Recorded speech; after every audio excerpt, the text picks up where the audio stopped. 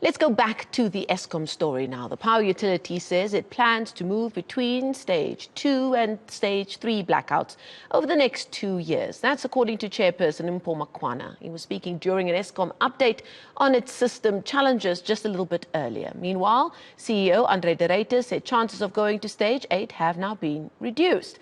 Let's get some reaction now from energy analyst Chris Yelland, who joins us virtually from here in Johannesburg. Chris, thank you so much for your time as always. So there you have it, another Eskom briefing, and again, no surprise silver bullet. The top line being the reaffirmation that power cuts are indeed with us for at least 2 more years. I'm assuming you were not surprised by what's come out of that briefing, even after that big emergency meeting of the National Energy Crisis Committee called by the President. Really no big surprises, but a lot of contradictions, in fact. As you said, Mpho Makwana, the new Eskom chairman, said that South Africa could expect stage 2 to stage 3 load shedding continuously for the next 2 years, and that recovery will be slow. But then, a little bit later, the CEO, Andre de Ruyter, said that it's certainly quite possible that it would go above stage 2 to stage 3 load shedding at times, and he hopes it would indeed drop below stage 2 to stage 3 load shedding at times.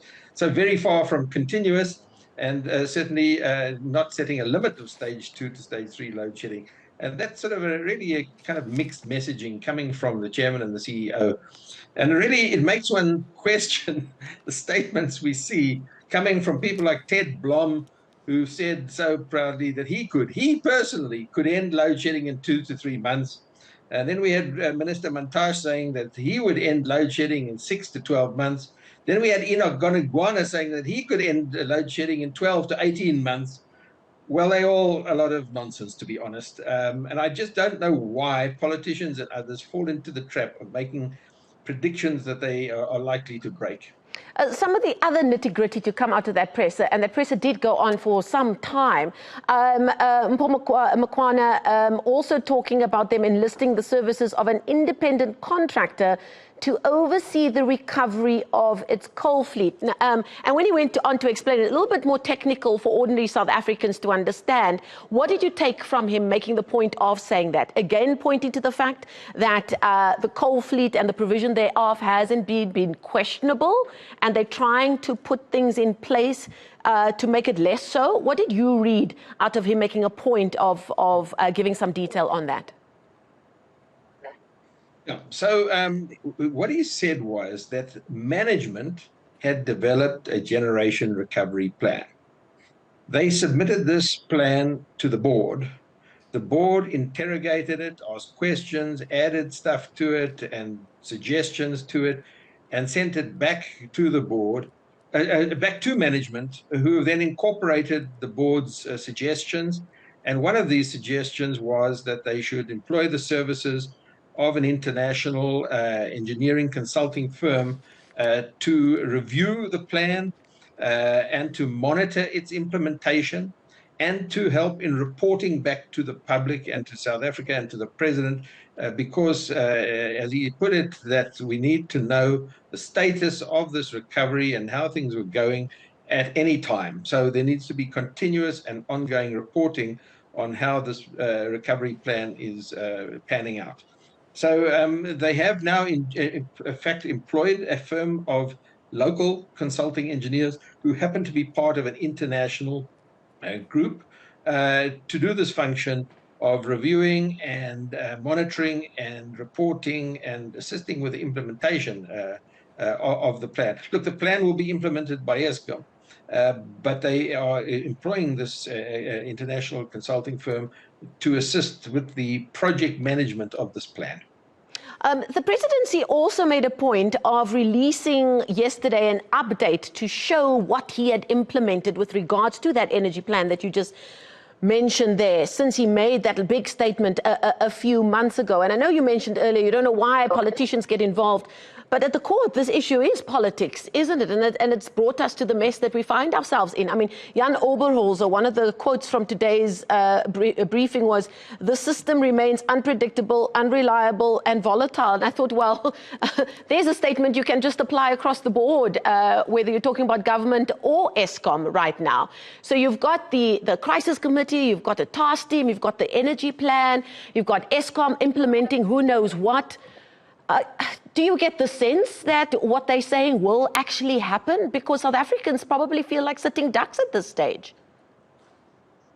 So let me just first distinguish what is talked about today, what we just talked about with these international consultants coming in to monitor, is the Generation Recovery Plan. Yes, indeed. That is a different plan to the so-called National Energy Committee, the National Energy Crisis Committee's plan. That's the president's plan, which goes beyond, much further beyond just the generation recovery. So generation recovery is part of the overall president's plan to end load shedding. So I think we're at a stage where Eskom now has developed the plan, bounced it off the board, back to the management, taking on this international firm, and hopefully that will lead to the recovery in due course. But it's not the recovery of the generation fleet.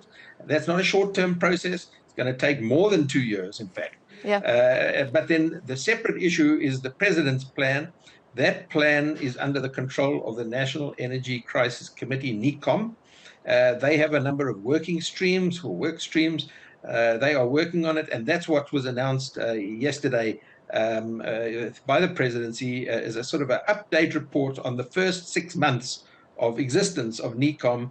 I personally was somewhat disappointed in the progress being made. There has been some progress, but I think it's been slow and long on talk and short on specific actions. There have been some specific actions taken, but I think I'm disappointed that in a national emergency, that in the first 6 months, we haven't made much more progress on that, the big plan.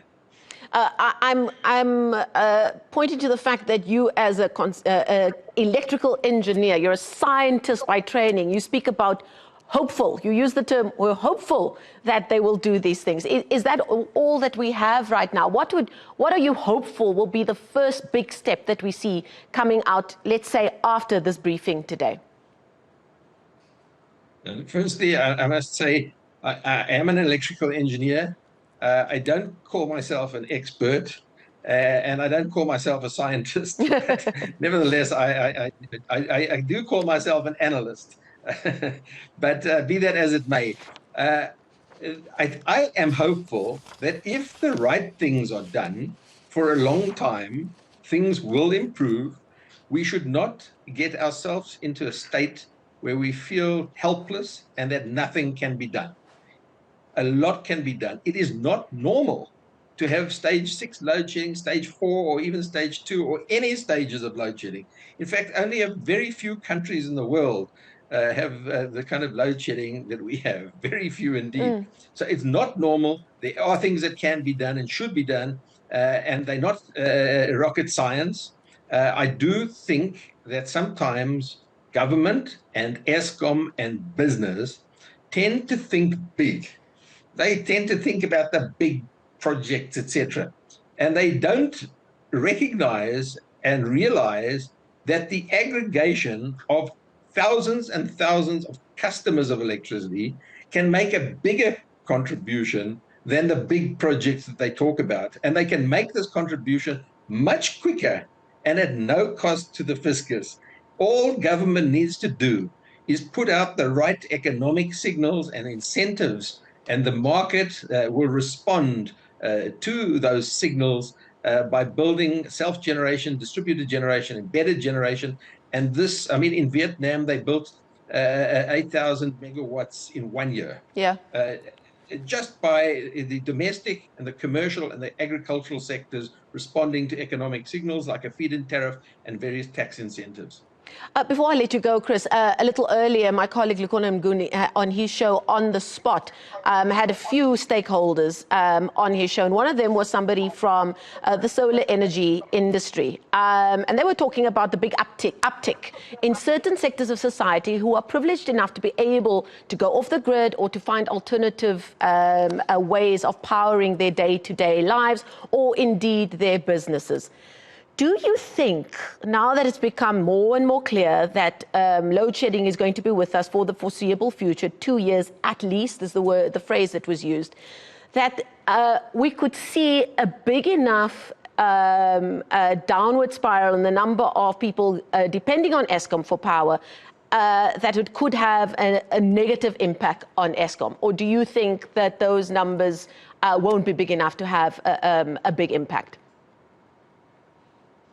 Look, Eskom is already in a very negative space. We mustn't think that it's in a good space and that by people going and installing their own systems that they're going to put Eskom in a worse state. No, Eskom is unable to deliver up to 6,000 megawatts sometimes of power. It can't deliver it. We are helping Eskom if we install self-generation that relieves Eskom of this burden. Eskom will not lose revenue. It is already losing that revenue because it's not delivering that power that the economy needs. It's not only that, it's costing the economy dramatically. It's affecting jobs. It's affecting people's businesses. It's putting people out of work and it's taking food off their table. The prices are going up by, 18% on the 1st of March and another 12% the next year. That's 33%. In 2 years. So the price of electricity is going up by 33%. And for 33% of the time, we don't even have electricity. Yeah, absolutely. For 8 hours a day, we go without electricity. So really, it's nonsense to talk about, oh, Eskom is going to lose out. No, we're helping Eskom. In fact, if you ask Eskom, they're encouraging this. Okay, we're going to leave it there. Chris Yelland, energy analyst, speaking to us live here from elsewhere in Johannesburg. We thank him for his time this afternoon, as always.